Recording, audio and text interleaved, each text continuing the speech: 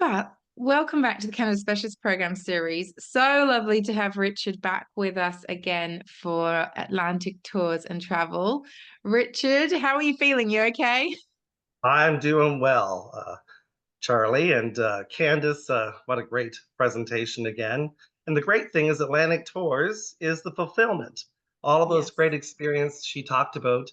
Atlantic Tours has been in business almost 55 years. I've been with the company 36 and one of the owners. And we love what we do. Our bread and butter is our escorted tour programs that we offer both in small group and regular size group departures. But all of those escorted tours are also available as self-drives. So that's always very important for people to know is that if you have the independent traveler, we can do anything they want. But all of the only difference between our escorted tours and our self-drives is we've taken out components that don't make sense in an independent program. And we always do some form of customization for those as well. So here's our 13-day tour.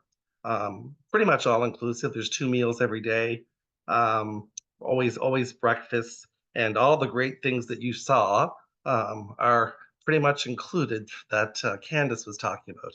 Our program, because Candace told you that Newfoundland and Labrador is a large destination, we start our program in Nova Scotia. The air gateway here works very well, and we do the Newfoundland experience one direction, so we don't have to deadhead. So our first day is always an arrival day. There's nothing included. All we do is include the overnight and early evening welcome reception. The following morning is a free morning in Halifax to get acclimated to all of the different time zones, and then we head off over lunch, after lunch, to Cape Breton Island. We get you to enjoy some Celtic music, and then we do the overnight ferry to give you the true experience of arriving in Newfoundland and Labrador by boat. Full cabins, full washroom. We arrive in the community of Port aux Basques, Newfoundland, on the west coast, and then we travel towards the northern peninsula. We stop in the community of Grand Falls. This is a fall color shot that you wouldn't necessarily see in the spring season. Our season here opens in June from touring and runs up until about mid-September. One of our stops on the way up the Northern Peninsula is Rocky Harbor, a beautiful little fishing community. The views today are spectacular. You have the mountains and the fjords on your right and the beautiful open water views on your left, like you're seeing here.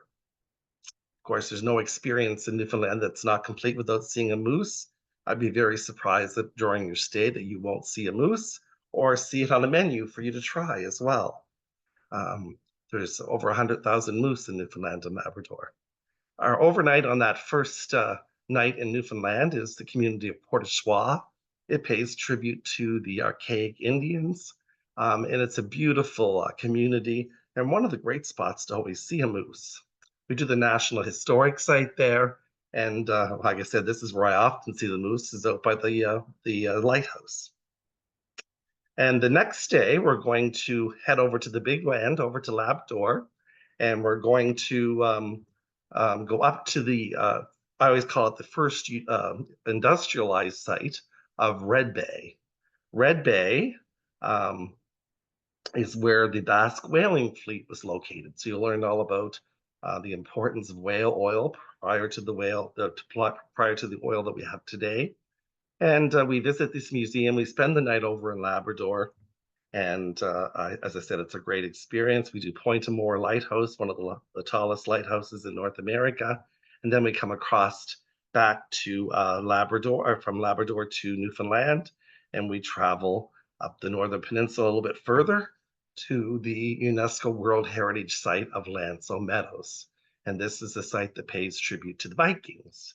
So we learn all about their summer settlements and their life here in this community. And of course, if you ever have the opportunity to go on Newfoundland and Labrador's website, they have some wonderful commercials. And this is one of the ones that always stood out to me. So you'll see this in one of the commercials if you go and explore a little bit. Of course, Newfoundland dogs are always a high point on our trips. And generally, somewhere along the trip, you're going to see a Newfoundland dog. We do 3 different boat tours, so 3 chances to see icebergs, whales, and those beautiful puffins. You are on the Northern Peninsula. This is Iceberg Alley. And our first boat tour, as I said, goes out. You'll get to taste some iceberg ice, look at some whales, hopefully, and these majestic icebergs. And as Candace said, there's no shortage of either. So I always say, if you're coming for the icebergs, I wouldn't mislead you. Generally, June, early July is the best season for the icebergs. But the last few years, they've stretched, as you just heard from Candace, into August along the Northern Peninsula. We're going to do the Grenville mission, learn about doctoring in the North, Sir Wilfrid Grenville, and all the work that he did. He was an amazing person. And then we're going to come back and do 2 nights in Grossmore National Park. In Grossmore National Park, we'll do Broom Point, fishing premises, learn all about the fishery, and as you learned earlier, cod is king. With our 2-night stay in the beautiful community of Cowhead, beautiful sunsets there, right on a nice little beach. But there's the Grossmore Theatre Festival. So if you want to enjoy some of the local entertainment, they do 2 productions every evening. And so after dinner, you could take in one of the shows right here in the community just across the street from the hotel. Of course, Grossmore National Park is a UNESCO World Heritage Site. It's one of the few spots in the world where you can pick up and hold in your hand a piece of the Earth's mantle. In Grossmore National Park, we do another boat tour, and we give our clients a choice. This is the Western Brook Pond boat tour. This is the landlocked fjord that you have to walk into. It's about a 45-minute walk in and a 45-minute walk out. So we hire a separate guide and a motor coach to look after those that want to do this on this particular boat tour. And then our regular tour will do Bond Bay Fjord, which is not a landlocked fjord, but a beautiful fjord nonetheless, and a great day of touring. This is the tablelands themselves. This is the reason why it's a UNESCO World Heritage Site. So you can pick up and hold in your hand a piece of the Earth's mantle. Outside of the community of Rocky Harbors, Lobster Cove Lighthouse. Once again, a beautiful view for overlooking the Atlantic and for seabirds. Just a great spot. And then we're going to travel from the west coast of Newfoundland over towards the east coast, stopping in the community of Gander. And Gander, of course, we've all know a little bit about locally, and certainly Americans know of us, and Australians now as well, because of a little show called Come From Away.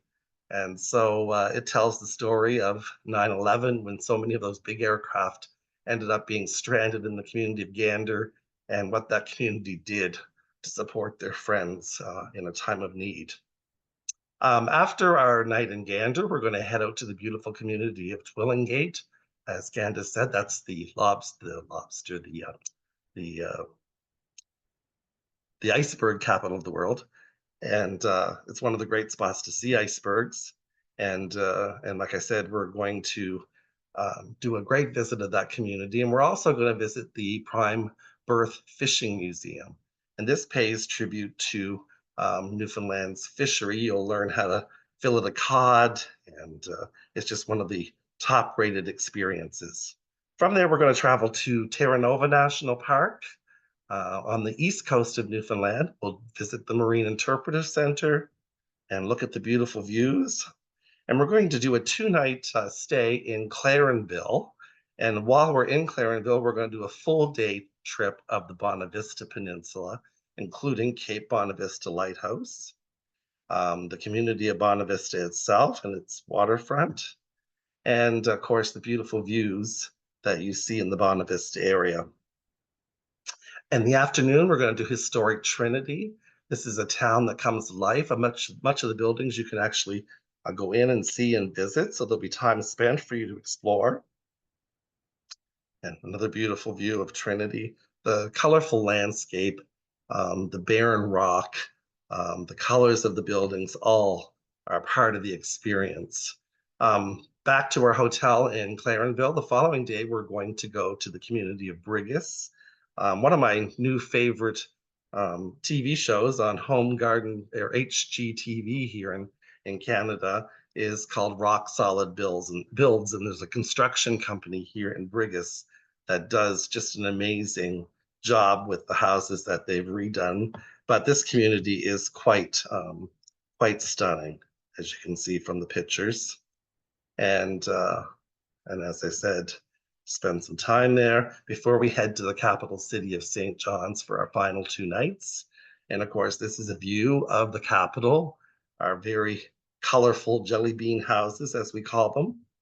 And it doesn't matter which street you turn on, they certainly are colorful and stand out. There's the little narrows of St. John's Harbor, the beautiful big harbor with the little narrows. So to see a big cruise ship coming in is quite a spectacular view. The community of Kitty Vitty, Candace mentioned the Kitty Vitty Brewing Company, that beautiful blue iceberg beer. That's all included as part of the process in your tour. And then, of course, the fortification part of the city of St. John's. This is Signal Hill, National Historic Site. You'll learn all about that. And while we're in St. John's, the following day, we're going to go down and do a boat tour at Gatheralls. And it's our third boat tour. And this is out to the bird sanctuary that Candace referred to as well, with the big puffin colony, Witless Bay. So a beautiful experience. Hopefully you'll see lots of these puffins. If you're going to do a tour once again, you're not going to not see puffins, because when you go out on that boat, there are plentiful. And certainly Witless Bay is a wonderful experience also for the whales and the icebergs. So there's another opportunity here for icebergs. And that Atlantic puffin is always what everyone wants to see the most.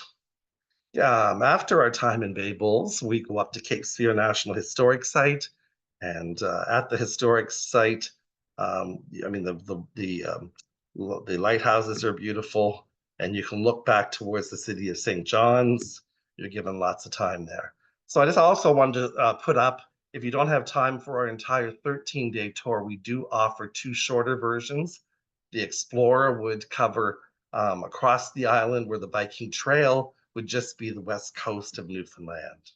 And this tour is built specifically to combine with our Atlantic Maritimes tours that does the Maritime provinces. So you would do the Maritimes tour prior to going over to Newfoundland and Labrador. And that brings me to a conclusion. I've made it through, and I think we've stayed on time, Charlie, which is kind of rare when you have me there. So obviously my voice isn't back to 100%. Oh, thank you so much, Richard. I could listen to you all day. I love it.